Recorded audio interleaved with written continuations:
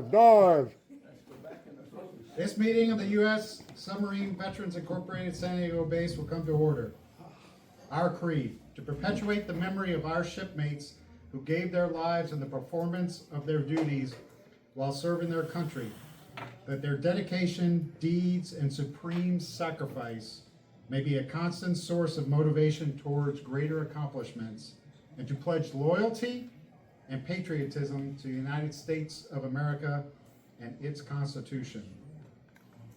Those that can, please rise and join Scott, who will lead us in the Pledge of Allegiance. And salute. I pledge allegiance to the flag of the United States of America and to the republic for which it stands, one nation, under God, indivisible, with liberty and justice for all. Two. Chaplain, please lead us in prayer.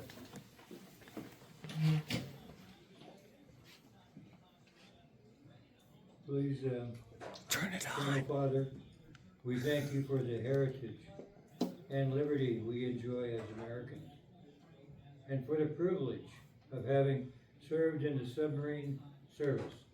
We ask your blessing for our shipmates who have made the supreme sacrifice in service to our nation.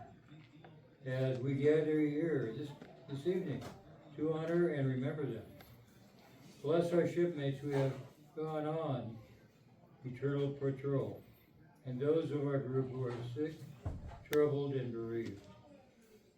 And bless and protect our shipmates on active duty as they serve in the first line of defense of our nation.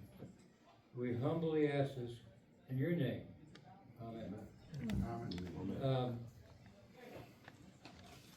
We have an Eternal Patrol member,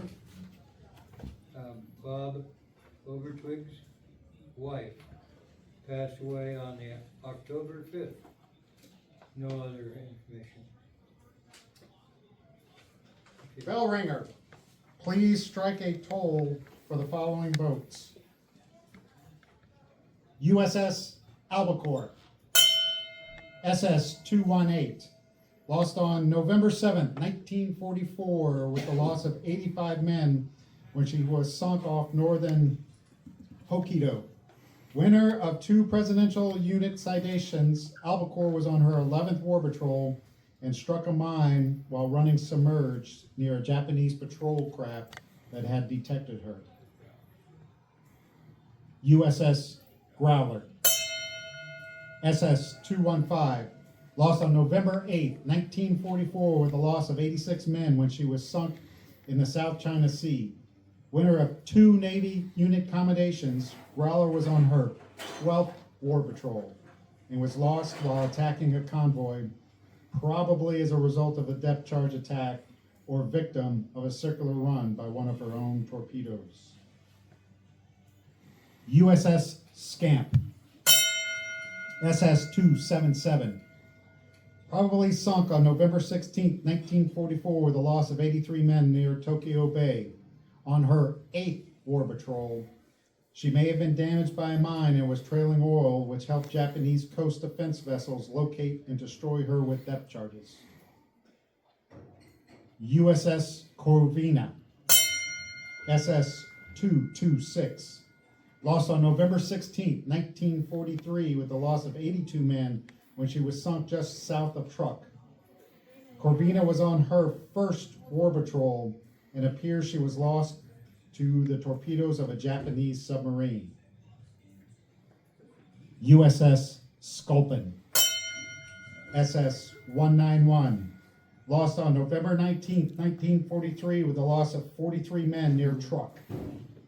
Severely damaged by depth charges after attacking an enemy convoy, Sculpin continued to fight on the surface. When the captain was killed, the crew abandoned ship and sculled Sculpin. 41 men were taken prisoner, but only 21 survived the war. Among those not abandoning ship was Captain Cromwell, aboard as a potential wolf pack commander. He rode the Sculpin down, fearing that vital information in his possession might be compromised under torture. For this, Captain Cromwell was posthumously awarded the Congressional Medal of Honor. Let's please observe a moment of silent prayer.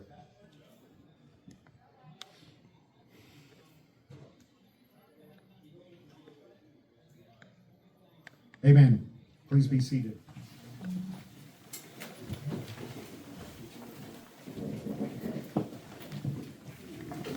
Senior Vice, do we have any officers, new members, or guests present this evening? We have CNO of Jack's House, Judy. Don Matowitz, former president of the Navy Submarine League.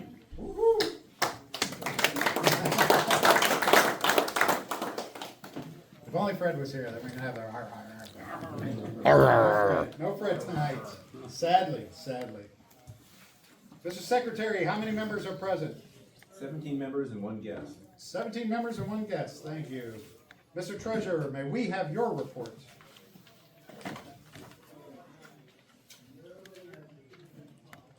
As of the end of the month, we had 1,586 in the bank. We had 19,789 in the savings. Combined total 21,300. We had 2 checks issued, cleared, and 3 items issued, 5 checks issued, and all 5 cleared. So all items are cleared at this point in time. No checks outstanding. Any questions? I passed out summaries to everybody on the table. Any questions? Stand is read, sir. All right, the minutes of the October meeting were sent via MailChimp copy. Well, there are no copies on the table. They were sent based on what you read in your email, assuming you read your email, because I know some people are not reading their email. Are there any additions, corrections, deletions, or modifications that need to be made to the minutes? Hearing none, the minutes will stand as published via email. We will go from there. Chaplain, can we have the binnacle report? Yes, Jim, Bo, Mike Hyman. Mike Hyman is wheelchair bound, and Matt Bauman had surgery on the 13th. And we were all going through a little bit of something. Yes, all of us are going, well, we're all going through something. Great, parade committee No more parades. for this year. Yeah, this year. I'll bring a new list in February. We'll vote on what we want to do for next year. When's typically the first parade? It's like March, right, or April? March at Linda Vista. So we will decide that at the beginning of the year. Membership committee. We have 165 members. We lost one member, and we added Ryan Schneider as a new member. And We don't know who that is. I sent emails out to all of the people who required to pay annual dues. I'm finding some of the members have not updated their email addresses, and those are being corrected, which is a good thing.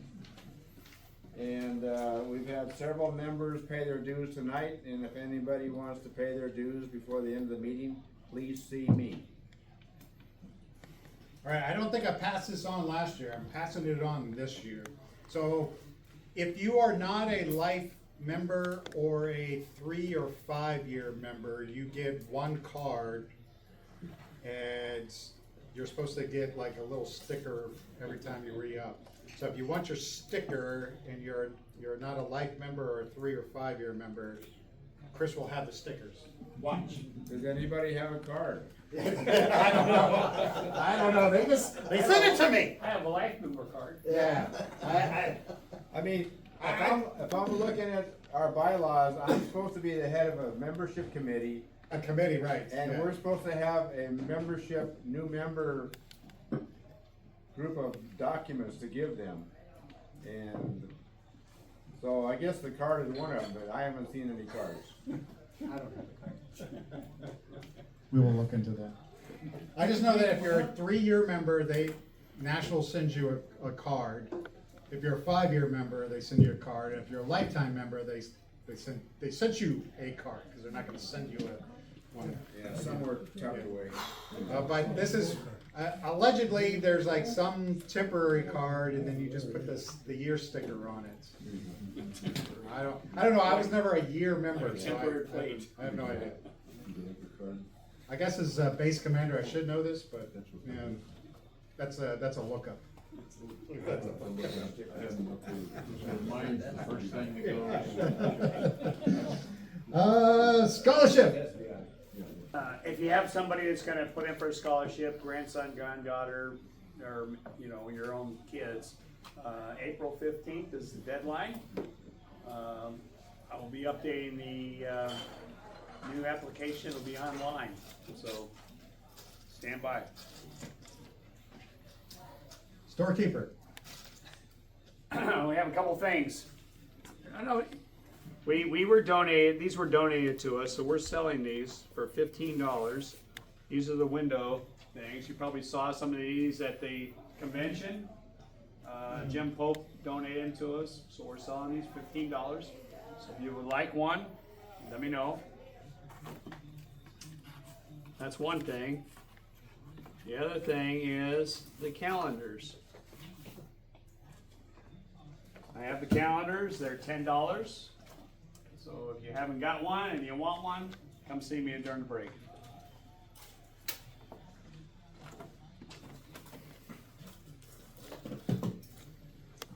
All right, 52 Boat Memorial. We're gonna have a working party. I know it's a Saturday after Thanksgiving, but it was the only available day for us to do it. 29th of November, 1000. We're gonna clean the monuments and get them ready for the following Sunday when we're gonna have the wreath laying ceremony. So that's the next event. Will be Pearl Harbor Day, 7th December. There'll be a wreath laying ceremony. It's tentatively set for 9 o'clock. We will put out the flags at 8:30. So show up at 8:30. We'll put out the flags. We'll do the ceremony at 9 o'clock, and then we'll put out the wreaths after that. Commander Squadron 11, the new one, Captain Sylvia, something like that, Sylvia, is going to be the speaker host of the event. On the float, so the float is in the spot next to where she's supposed to be. Thank you to Russ for helping me out, putting the float back where she was after the Veterans Day Parade. A couple of items, and we're gonna talk about them in new business, is where the sound system went kaput. So we're gonna need a new sound system. We have one or two options. The E-board talked about predominantly one option, and you will see it in action when we get to the discussion. The second is the cable that plugs into the truck seems a little iffy, and we're gonna be talking about possibly replacing the cable and getting the trailer updated at a spot that Harry has used in the past. So that will come up in new business that we will handle next year. Our Boy Scouts coordinator is not here, so we do not know what is going on with the Boy Scouts. All right, it's presentation time.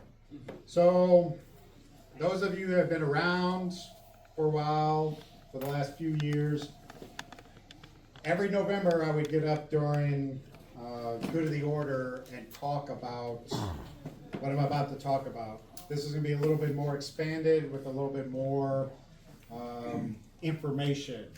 So you heard today that one of the boats lost this month was the USS Sculpin, SS-191.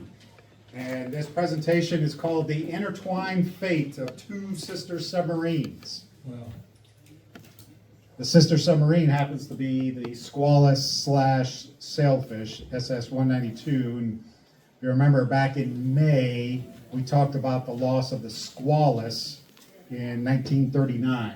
That will be a recap in the presentation. So one of the first questions I asked myself, and I was thinking about sister submarines, is what is a sister submarine? What is a sister ship?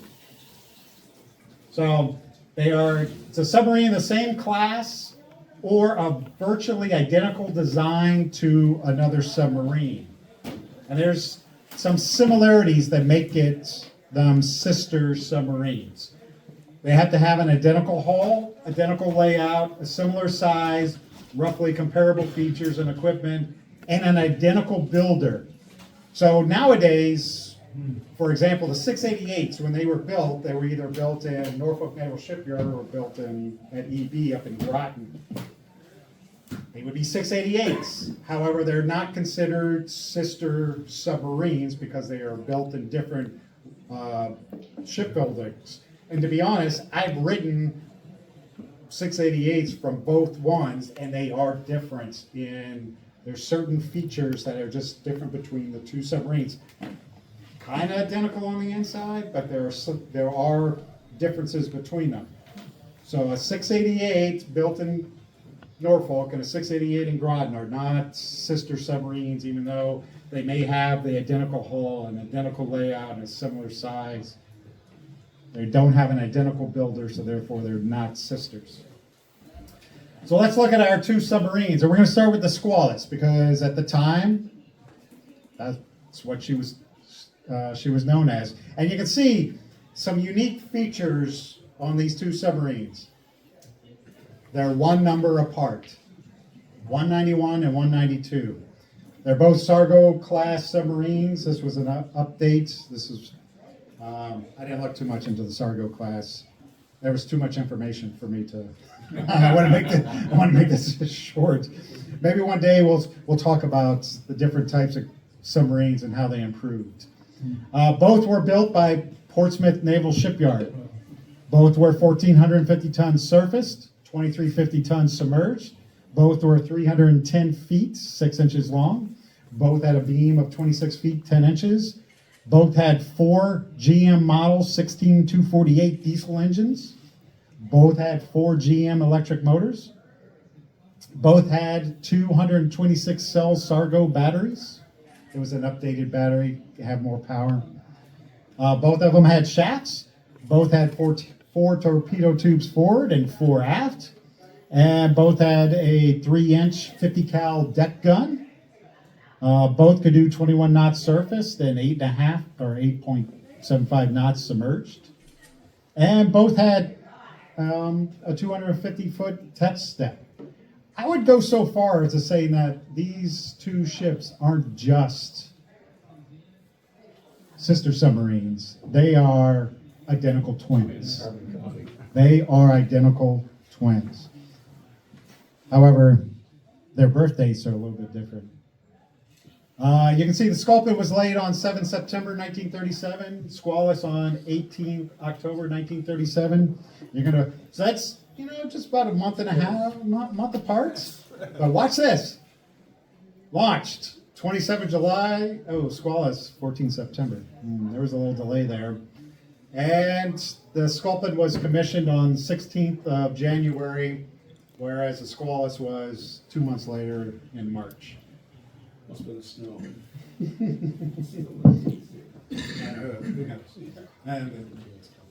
So, let's recap a little bit of the loss of the Squalus. She was lost on 23 May 1939, so you can see that she was still in some types of trials. This was just off the Isle of Shores up in New England.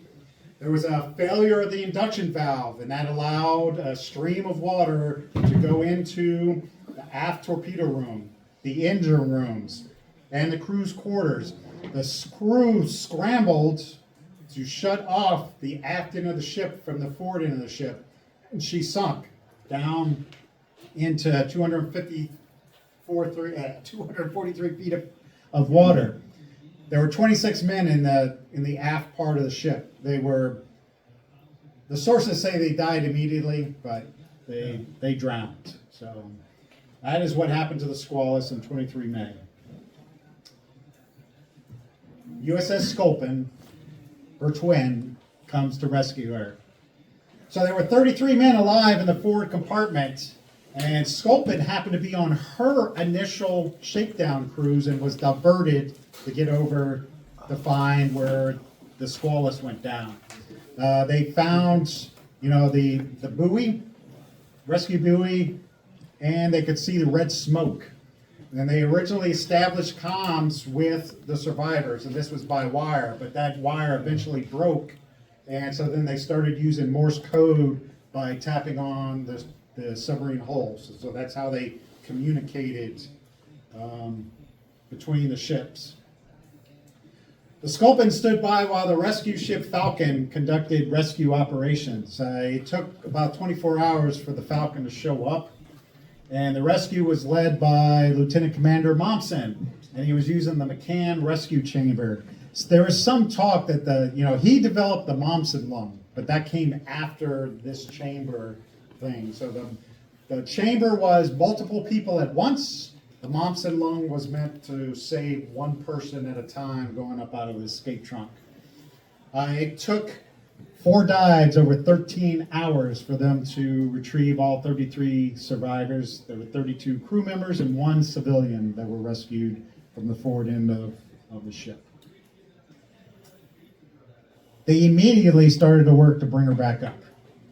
So it soon began after sinking. It took them 50 days they took cables and basically ran it down underneath the Squalus, and then they put on these big pontoons, and they're going to pump air into it and try to bring her up. On 13 July 1939, the sub rose too quickly and broke free from its cables. The bow of the ship broke the surface with 30 feet of the bow up out of the water. And there's a picture of that you can go see with the bow of the ship up out of the water. And that was before it slipped back down. That was the first attempt, and it kind of failed. I have a question. That particular photo was in Squadron 1 in Pearl Harbor.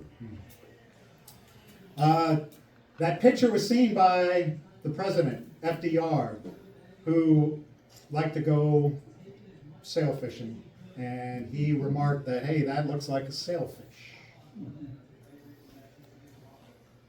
They finally raised her on 13 September 1939. It took several tries. There's actually a video on YouTube. It was going to be too difficult for me to try to show it, where you can see them bringing up her twice. One time the bow came up, and then it sunk back down, and then the stern come up, and then it sunk back down. But they finally got her up on the 13th of September and officially decommed the Squalus on 15 November. They then renamed her the Sailfish and recommissioned her on 15 May 1940. The captains of the Sailfish after that would, let's say, if you got underway and wanted to call the boat the Squalus, the rumor was you were threatened with being left on some deserted island. So then they started to call it the Squellfish. And that CEO threatened people with court-martial. It's going to be the Sailfish and the Sailfish alone. So what happened to the Sailfish after they brought her back up? She would actually conduct 12 war patrols. 12 war patrols over a 3-year time span. 10 December. She was out when Pearl Harbor happened, and they scrambled the submarine force because that's all they had at that point. And between 10 December of 41 and 11 December 44, 12 war patrols. She happens to be the first submarine to sink a Japanese carrier. She was the first one. That's foreshadowing. She was decommissioned in October of 1945, and you can currently go visit her conning tower at the Portsmouth Naval Shipyard, because there's a memorial there to the lost men from 1939. The rest of the submarine was sold as scrap. Originally, they were contemplating using it for nuke bomb testing, and then changed their minds and sold it for scrap. So what about her sister? The Sculpin came to her rescue, helped out. She would conduct 9 war patrols between 8 December 1941. She was also out in the Pacific for Pearl Harbor. And 19 November 1943, you already know what's going to happen to her on 19 November. During the first 8 war patrols, she sank 9 ships totaling 42,000 tons, and she also damaged 10 other ships totaling 63,000 tons. Pretty impressive, pretty impressive. So what happened to the Sculpin? So she began her 9th war patrol on 7 November 1943. And her mission was to support action in the Gilbert Islands. That's key to some things that happened. On board was Commander John Cromwell, who would actually get promoted to captain during the patrol. Sometime between 7 November and 19 November, he was promoted. This is Captain Cromwell. He was to be a Wolfpack commander, and they were supposed to meet up at the beginning of December. They're going to meet up with the Sea Raven and a third one they hadn't decided yet. So that's why he's like, they talk about the possibility of being a Wolfpack commander. He was there to be a Wolfpack commander. There was a CEO of the ship. We'll get his name here shortly. But the Wolfpack was going to be the Sea Raven, the Sculpin, and either the Apgon or the Spearfish.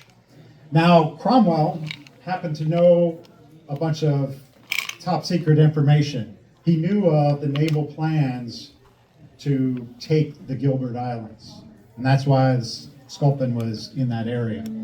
He was also familiar with this Ultra, which was a secret program for deciphering Japanese communications. There's a whole backstory. So most of my information comes from some online, but there's Tale of Two Subs. This has a big discussion on Ultra. And then there's this new one that just came out 2 years ago called Strike of the Sailfish. Both dealing with this story. But Cromwell knew a bunch of information.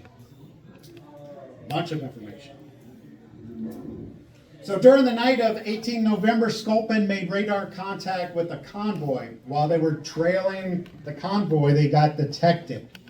And so what they did is they drifted off and they let the convoy go past. The convoy commander was a little bit wily and had a destroyer stay back. And so when the Sculpin came up, she got detected by the destroyer, who then depth charged her. She went down, she suffered minor damage, but that minor damage would come back to haunt her. After the attack and feeling out and saying, okay, we're good, they came back up to periscope depth. However, the depth gauge was stuck at 125 feet, and the submarine broached, and there was the destroyer, who then attacked her. That destroyer dumped 18, one right after the other, depth charges onto the Sculpin, and it pretty much crippled her. She lost depth control and went down. She went down so far that the pressure hold started to distort.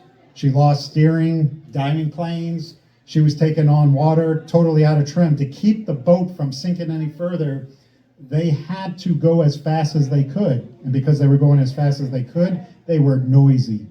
And the destroyer just followed them. A second depth charge attack then took out sonar. And Commander Conaway, the CEO, said, hey, my crew needs to survive. The only way for us to survive is the surface. So they blew to the surface. Got up on the surface, and there was that destroyer, and they got into a gun battle. So people manned their 150 cal 3-inch gun. They also had machine guns up there. Unfortunately, the destroyer got the best of them. A shell hit the conning tower, which killed the entire gun crew, the CEO, the XO, and this Lieutenant Joseph DeFries. So why would I point out this one lone individual? Well, let's go back to 1938. when she was commissioned. Who sponsored her? But his mother. So the sponsor's child was killed on board the very submarine that she was the sponsor of. Lieutenant Brown, who's now the senior officer, he ordered the crew to abandon ship.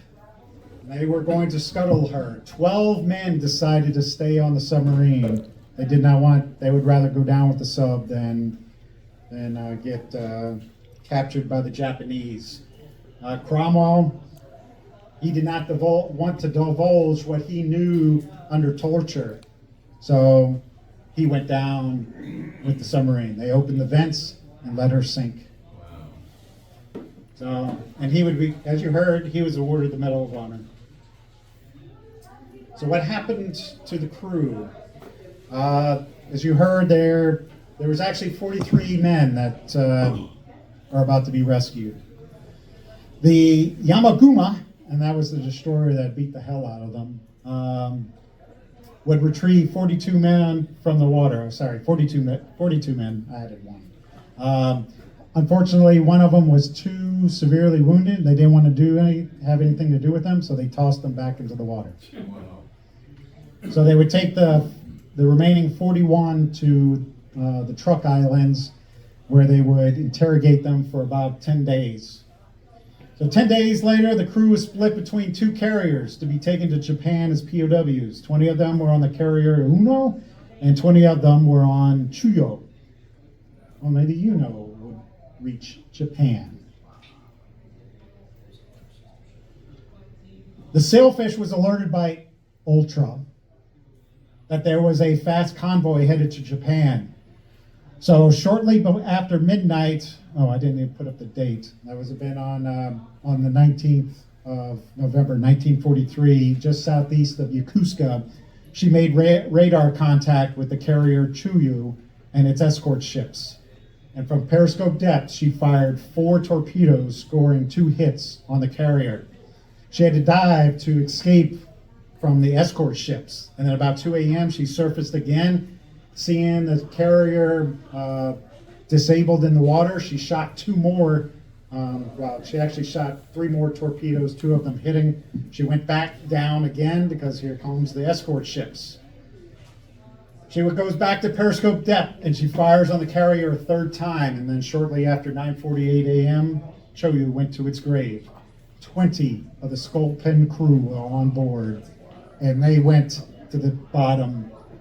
Well, not all of them were on board at the time that the ship went down, because I'll get to that in a moment. And so you can see 1,250 Japanese sailors. There were a bunch of Japanese in the water, and there were at least 3 Sculpin sailors in the water. Here is a side view of the Choyu, and you can see where the crew was. I don't think this works. Yeah, it doesn't work there. So here's where the crew was actually located, and they were locked up, and they had to break out to get up onto the hangar deck to try to escape from the aircraft carriers went down. But here's where the sailfish torpedoes hit the carrier, sending her to the bottom.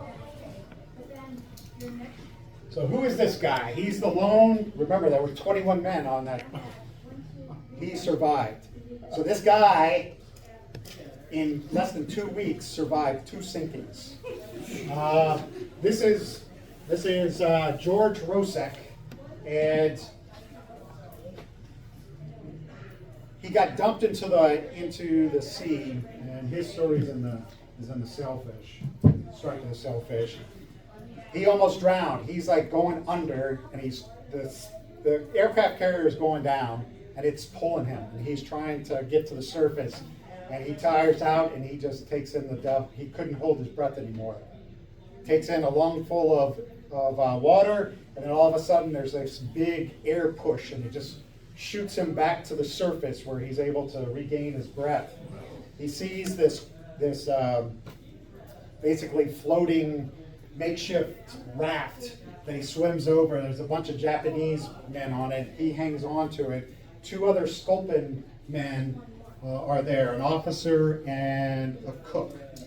and they're hanging on when a destroyer comes by and starts to pick up the men. At this time, the seas are very, very choppy from a typhoon, and the CEO of the destroyer didn't want to take on too many men.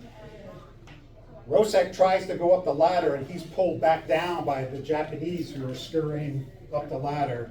And then he just reaches up and grabs a hold and just hangs on, and then it gets pulled up. His two shipmates were never to be seen again. So he gets pulled up in there, and I go, "Oh, here's an American." He gets taken POW. The other 20 on the other ship, they actually became slaves in the copper mines for the Japanese till the end of the war. And then they were all rescued, and this story comes out because they survived and they were able to tell the story. There he was able to grab a ladder, and this picture was actually taken a few months before that fateful war patrol. So that is the intertwined lives of the Sculpin and the Squallow soldiers.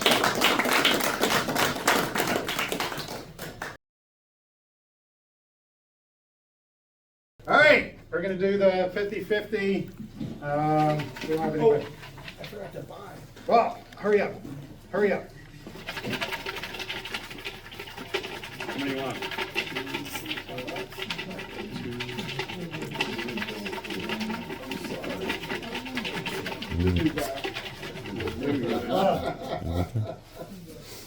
In his defense, he was getting some of this beer. You gotta put half of them there, right? You want me to do one of them for you? You got them there. You have a sack with 2 5s? That's like a TV show the other night, they were having that one that policemen doing traffic stops. This guy stops a drunk driving woman, and he asks her what month it is, and she says Obama.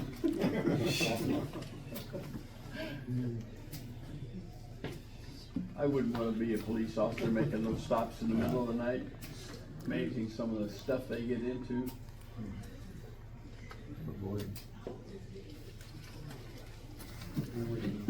Oh, I got enough. Did you see the one about the guy in the Maserati that got pulled over by the cop? And they were standing outside, and the cop said, "Do you know why I stopped you?" What? And he said, "Yeah, because I let you."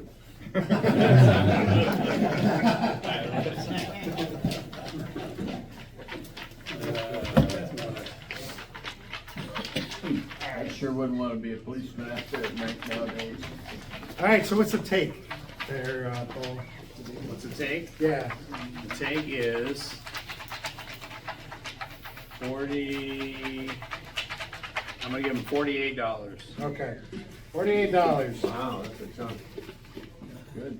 All right. The winning tickets. We'll take 47. The winning ticket is 828-4931. 4931. And I did not draw my own number. It's 4931 is the last one. So 828-4931. There we go. Doug! Keep it. Winner, winner. All right. Thank you, Doug, donating it to take it to the scholarship fund. Scholarship fund. 47 and 48. 48 for the winner and 47 for us. All right, I'll pull for you, so you would have to get up. All right, so 828-5036. 5036. Oh, that's me. All right, so you have a choice of 4 books. 4 books, understanding that this is the big special one, but I think I just brought that one back. So we have Proof. Let me take the scorpion. What's the number? 336? 5036. Yeah. If Dennis was here, we would. He's like, Dennis would be all over it. I'll draw for you. Get the one with the pictures? Huh? 5089. What's that? 5089. Right. All right. Ed. books. Oh, Well,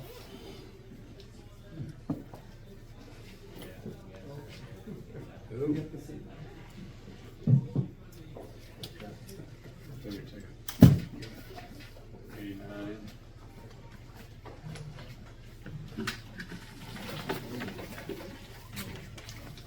do I return this or? That's a read and return, yeah. Okay. All returns. But we're not writing down your name. No, not yet. 4908. 4908.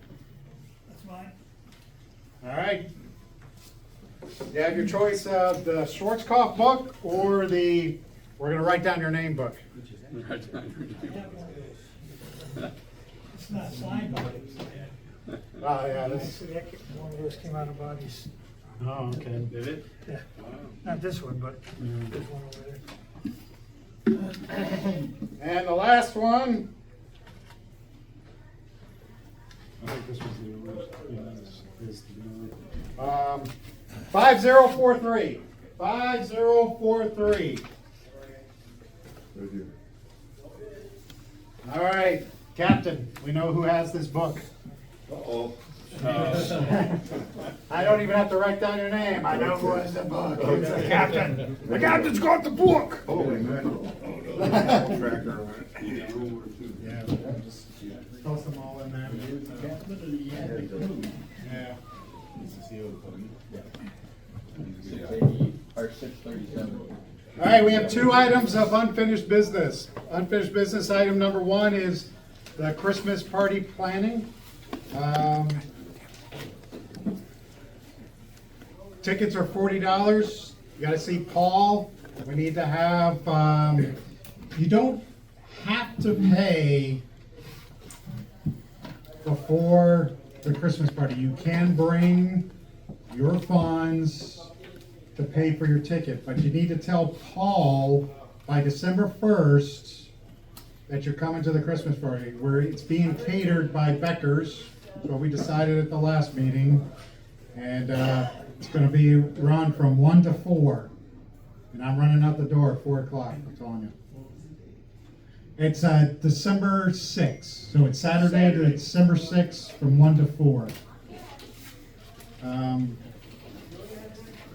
I need somebody to purchase some door prizes. Judy? Judy? Do you need donations? What? Can't do it, she said. I can Oh, help I got stuff going on for you. you. Oh, okay. What you want are the kind of things I can help you with that. I was, Are we doing donations or like wine or? we typically just go buy a bunch of stuff and put it out on the table. Somebody's, Things like those popcorn tins. the popcorn tin, How much do you want to spend? the, $300. Okay. I guess Ray and Dave all over. He's willing to. We want to split it, 150 each of us? Oh, yes, sir. Okay. There you go. All right, done deal. Okay. There we go. It's done. Anything else on that Christmas party? All right, December 1st. Just tell. You can Oh. you can text me if you want, and answer my phone. So You can right pay. now we're about we have to get to 40 some people, and right now we're only at less than 20. So I gotta double those numbers. Yep. All right. The other unfinished business is, if you remember from the last meeting, so we voted to donate $50 from the base to the Western region. And last year I did a gauntlet challenge. I'm doing the gauntlet challenge again. If you are willing to donate to the Western region, the donation, I will match the total donation of the entire group. So if you want to donate, there's a paper up here come write down your name and leave your donation, and how much you donated. And the reason why I want you to write down your name is I'm gonna send that list to the Western Region, and you get to go on the sponsorship page of the Western Region. The Western Region is April 15th through the 19th. It's at Sam's Town in Las Vegas. Go to WRroundup.com where you can register for it. I'm going, Ray's going, I may be going. Paul may be going. You're talking me into it. But if you want to leave a donation to the Western Region, so what you have to understand is last year we had it at the Queen Mary. And the ticket prices that the Western Region charged the people going to the Queen Mary for, and I'm just going to use the dinner, was $65 a head. That's how much the Western Region charged per person to go to the dinner. The Western Region paid $120 a head to the Queen Mary for the dinner. We made that up via donations. And so there was actually some groups that, and I say groups, I'm talking non-submarine groups who actually donated money for that to happen. The rest of the donations come from things like this. I'm trying to do a little gauntlet challenge. See, I brought my poker money. I got some poker money here. Save it for Sam's Town. Sam's Town does not have poker. There's some poker money. You want to donate, write your name down, leave how much you're leaving with it. We'll take checks too. You can also go to I believe there's a link off the roundup, but if you go to the Charitable Foundation website, so that's the USSVI Charitable Foundation, there's a link to donate there. So, yellow piece of paper, write it down. I will match the total that is on the yellow piece of paper. All right. Moving on to new business. I need 3 volunteers to get with Harry and audit the financial records. It's supposed to have occurred in September. We're kind of a little bit behind, but we need our yearly audits of the financials. At some point, National's going to make us tell them when we've audited the books, so we don't want to be on the poop list. So we have 2, Chris, Dave, and we have another one. So we have 3. Just get with Harry, set up a time when you all 3 are available to look at the records. All right, I had mentioned it with the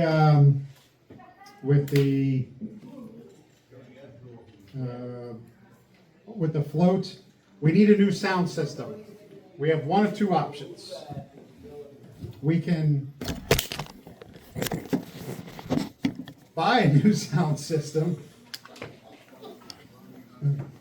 or we can use what we already have.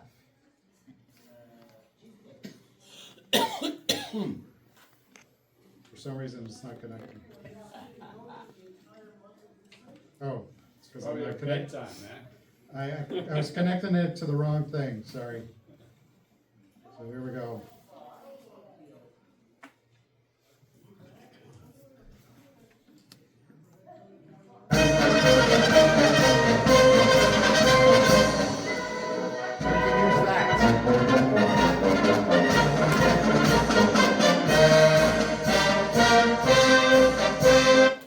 So the question is do we want to spend money on a new sound system, or do we want to use that? I'm going to need a motion from the floor and then we can discuss it. Paul? I motion we, use this at least for a couple parades and see how it turns out and go that way. So Paul has a motion to use the current sound system for at least a few parades to see how it works. Do I have a second? I second. We have a second. All right, do we need any discussion on this? I like his idea of checking it out for a couple of parades and see how it will work. I like that idea too. Are there any, oh, I Brian? do have a question, like, Yeah. is this gonna be, do we need another one of those for the other side? The old sound system did have 2 speakers. This is why we're gonna try it out to see what the sound is like from unidirectional. Jack has a comment. It just depends on what parade you're at. Well, Julian, maybe, the other 4 or 5 parades, everybody's on one side. Highway, yeah, I mean, they're only on one side of the street. The majority of them are on one And side. Linda Vista, they're only on one side of the street. Yeah, it's pretty much Julian and the Veterans Day Parade where On you both get, sides. you get a predominant on both Rest sides. of The other them ones, on And I one. think that this bouncing off the tailgate will probably be sufficient. That thing can crank up really loud. Is it battery or does it have a plug-in? We Does have it a require battery. yes to both. So so right now I have it plugged in, but it's battery powered, so we can actually put it anywhere. We'll just have to have a Bluetooth connected to it with all the songs that we normally play. I will develop that playlist and we will have it go. I have a bigger version of that I can donate. It's sitting in my storage unit. So I'll bring it. Bring it. As long as you have a way to power it, because it doesn't have batteries. No, we have All right. an inverter. All right, so we're gonna go with.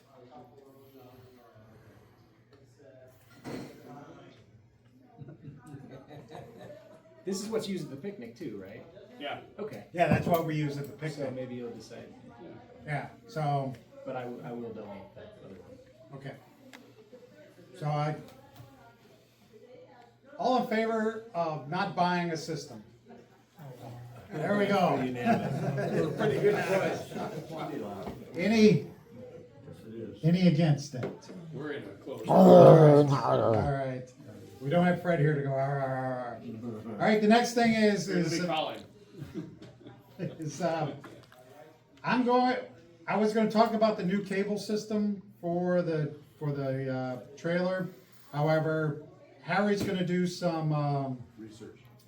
yeah, he's gonna do some research, and so we're gonna table that.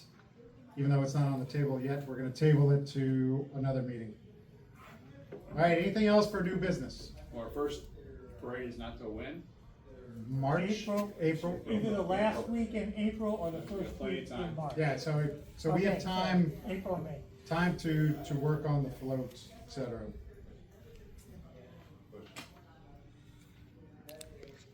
For new business. Not good of the order, new business. Both. Both. All right. The floor is yours, Dave. This shit is gonna blow you away, guys. Okay, so right after we did, putting up the flags, did the float, and taking down flags, yada yada, I was shooting shit with Jim, in the parking lot, and this guy came up to me and was asking about who takes or runs our, 52 boat memorial, the actual slabs on, the memorial slabs. And he said, I've noticed that some of them are getting really bad, need to be blah, blah, blah. I told him, I don't know who takes care of it, yada, yadas. This guy, by the name, I'm going to be getting in contact with him, and you as well, a realtor by the name of Bob Woodard. And he's basically a realtor. He said he knows people that will donate money to help restore these memorials, and he will assist as well. we're talking, when I talked with him, I was blown away. And he really, really wants to do this. So, We're going to take to Jack to give to Doug Smith. Yeah, that's Doug's, yeah, definitely give it to Doug and let Doug work on it. I don't, yeah, let's leave it at that. Yeah, we'll let Doug Yeah, is really let good. Doug work on that and part for of it. future other projects. But thank you for the lead. I'm sure Yeah. Doug will love it. Thank you. Yeah. We'll call that good of the order.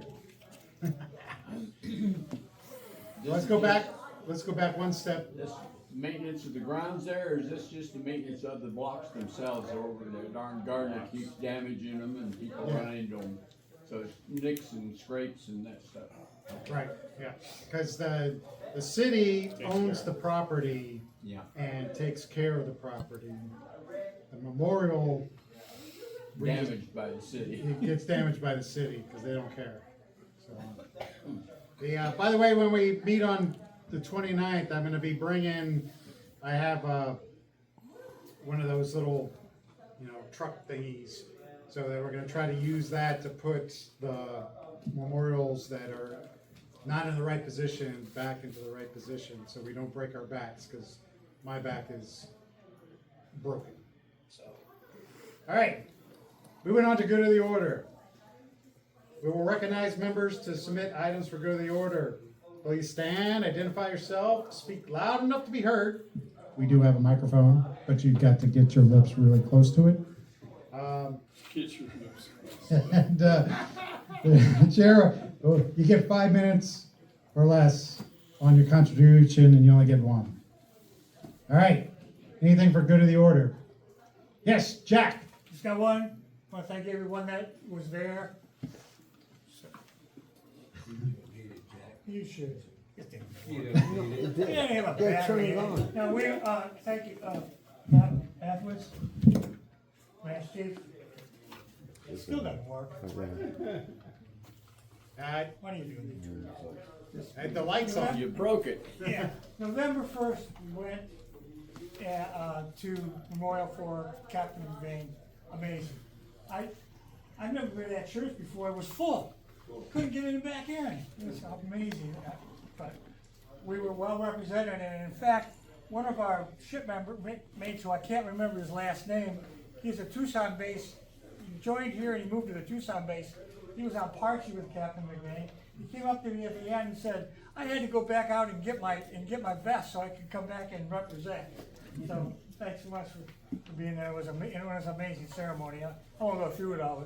But the two captains that spoke were, I just went, wow.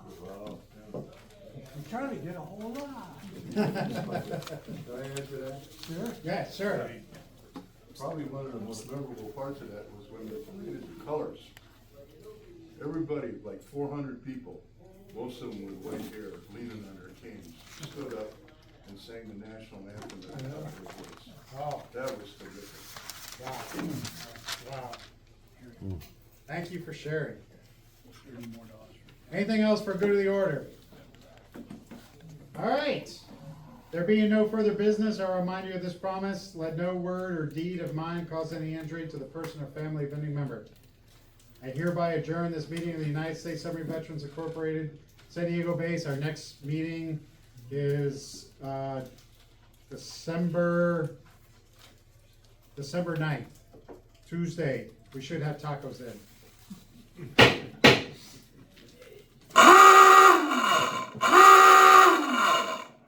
Surface, surface. One more. Surface.